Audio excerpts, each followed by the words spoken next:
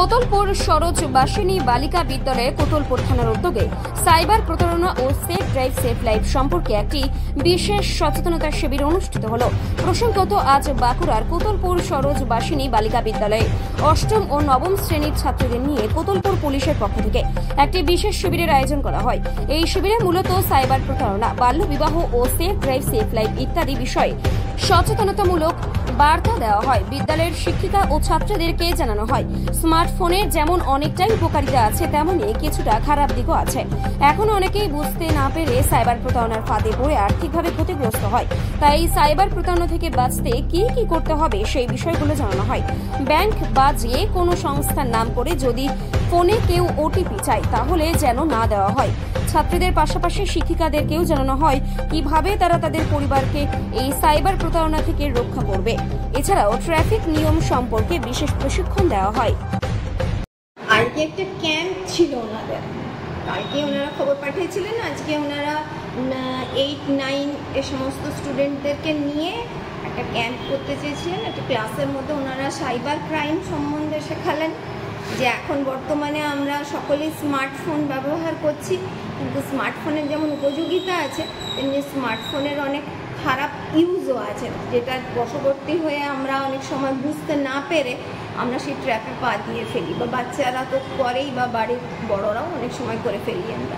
তাতে আমাদের আর্থিকভাবেও যেমন ক্ষতিগ্রস্ত হই আমরা, তেমনি পাবলিক জায়গাতে পাবলিকলিও আমাদের অনেক ক্ষতি হয়ে থাকে। সেই জায়গাগুলো যাতে না হয়, যেটা প্রাইভেসি মেনটেন করা যায়, সাইবার ক্রাইমের যাতে আমরা ট্র্যাপের মধ্যে না পড়ি, বাচ্চাদেরকে ওনারা সেটাই শেখালেন এবং আমরাও ওনাদের সঙ্গে ছিলাম যাতে এই ব্যাপারটা বুঝতে পারি, জানতে পারি এবং আরও বিভিন্ন জনকে জানাতে পারি।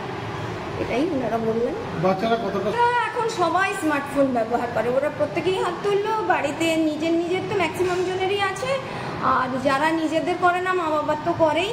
আর এখন বিশেষত পড়াশোনার ক্ষেত্রেই আমরা করোনা পিরিয়ডে যেমন হোয়াটসঅ্যাপ গ্রুপের মাধ্যমে ক্লাস করেছি, এখন টিউটররাও পর্যন্ত নোটস থেকে শুরু করে পড়ানো, কেউ মিস করলে যাবতীয় স্টাডি মেটেরিয়ালস পর্যন্ত সমস্ত গ্রুপের মাধ্যমে পড়ানোগুলো পাঠান।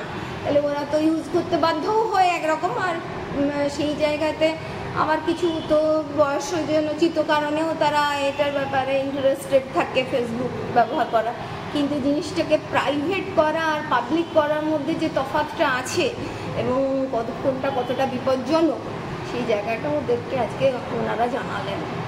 এটা কোতলপুর থানার তরফ থেকে ওনারা এসেছিলেন। ওনারা আর সেফ ড্রাইভ সেফ লাইফ নিয়েও জানালেন, কারণ রাস্তায় প্রচুর অ্যাক্সিডেন্ট হয়, বিশেষত আমাদের এখানে ন্যারো রোডটা সংকীর্ণ। তাহলে সেই জায়গায় বাচ্চারা সাইকেলে ম্যাক্সিমাম যাতায়াত করে, বা বাবাদের মোটর সাইকেলে বাবা মায়ের, যাতে তারা ট্রাফিক রুলসটা মেনে চলে এবং স্বাভাবিকভাবে নিরাপত্তাটা সুনিশ্চিত করে। সেটার জন্য। আমার নাম অর্ণা দাস। কি দায়িত্ব আছে?